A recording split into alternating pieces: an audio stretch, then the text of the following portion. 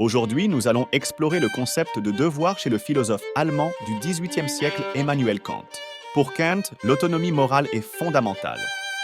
Elle implique que chaque individu a la capacité de déterminer ses propres lois morales de manière indépendante, sans être influencé par les mœurs sociales ou l'autorité religieuse. Cette conception humaniste et moderne repose sur la conviction que les êtres humains possèdent tous une conscience morale, leur permettant de distinguer le bien du mal. Cette approche émancipe la morale des dogmes religieux et libère l'homme de sa soumission aux normes morales imposées. Après tout, il n'est pas nécessaire d'être religieux pour reconnaître que mentir, voler ou laisser un enfant se noyer sont des actes immoraux. Avec Kant, la morale devient une affaire humaine, rien qu'humaine. Mais quelle est donc la nature de cette conscience morale? Qu'est-ce qui en nous peut susciter des sentiments de scrupule et de culpabilité? Contrairement au philosophe genevois Jean-Jacques Rousseau, Kant considère que cette conscience morale n'est pas affaire de cœur, mais de raison. Agir moralement ne se résume pas à se laisser guider par un sentiment de pitié que Kant considère comme trop aléatoire et capricieux. C'est plutôt avoir une compréhension claire de ce que nous devons faire. Tout le monde reconnaît par exemple que mentir est mal. Cette notion nous est inculquée par nos parents. Cependant, cette forme de morale n'est qu'une soumission initiale. Elle représente la morale d'un individu immature qui ne saisit pas pleinement les implications de ses actes, qui ne discerne pas encore clairement le bien du mal qu'il commet. Pour Kant, la conscience morale d'un individu se développe lorsqu'il comprend les raisons pour lesquelles une action est bonne ou mauvaise, plutôt que de simplement suivre des directives extérieures ou de céder à ses émotions. Nous comprenons par exemple que mentir est mauvais car cela implique toujours de trahir la confiance de quelqu'un. Ainsi, nous atteignons la conscience d'un principe que nous reconnaissons comme nécessaire et universel. Kant est renommé pour son insistance sur les principes moraux universels, tels que ne jamais mentir, voler, tuer, etc. Cette universalité garantit que les règles morales sont objectives et ne sont pas soumises au relativisme moral. La morale n'est pas affaire d'opinion personnelle, mais de principes universels. C'est pourquoi les principes moraux s'imposent de manière inconditionnelle et absolue. Peu importe les circonstances ou les conséquences, qu'elles soient avantageuses ou non, un principe vaut par sa nécessité et son universalité. Par exemple, le mensonge ne peut jamais être moralement justifié. Mentir est toujours mal, quels que soient les motifs, égoïstes ou bienveillants, ou les conséquences. Pour Kant, un principe moral comme la sincérité s'impose comme un impératif catégorique, une exigence absolue sans exception. À la même époque, Benjamin Constant, philosophe français du XVIIIe siècle, remet en question le caractère inconditionnel du devoir moral concernant le mensonge.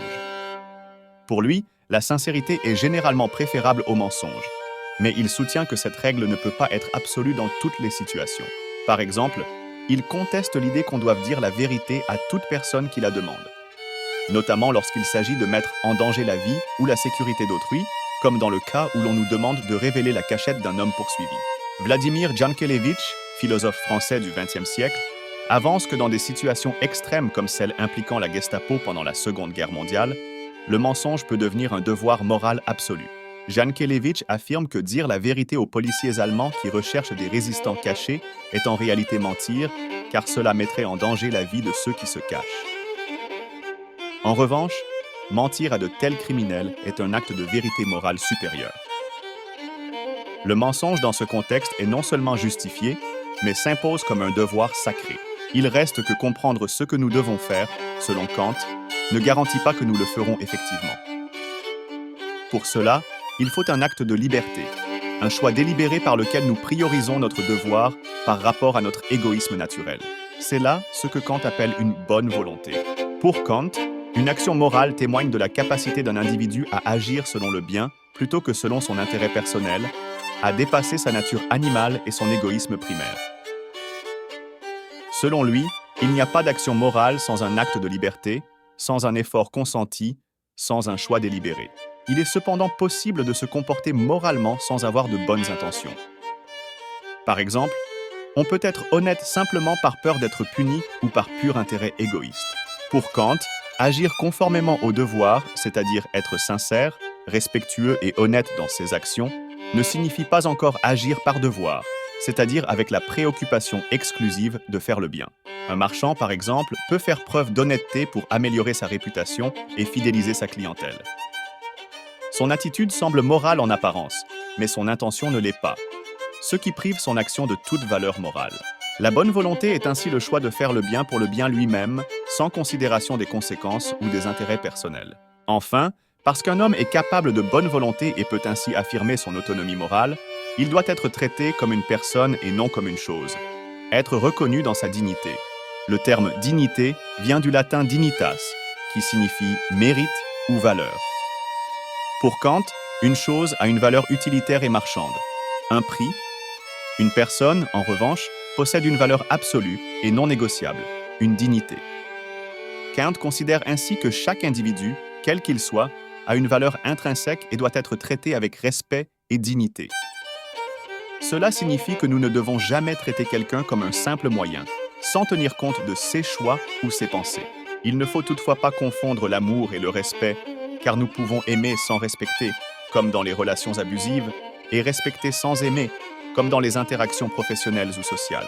Il est en effet possible d'aimer quelqu'un sans le respecter, en traitant son partenaire comme un esclave plutôt que comme une personne égale et digne, par un contrôle excessif, la violence physique ou la manipulation psychologique, l'exploitation sexuelle ou le dénigrement constant.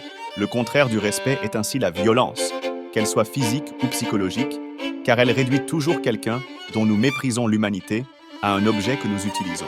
En résumé, le concept de devoir chez Kant repose sur l'autonomie morale, une vision humaniste et rationnelle de la morale, des principes moraux universels, la bonne volonté, l'impératif catégorique et le respect de la dignité des personnes. 6 éléments forment une morale rigoureuse et exigeante qui continue d'influencer la philosophie morale contemporaine.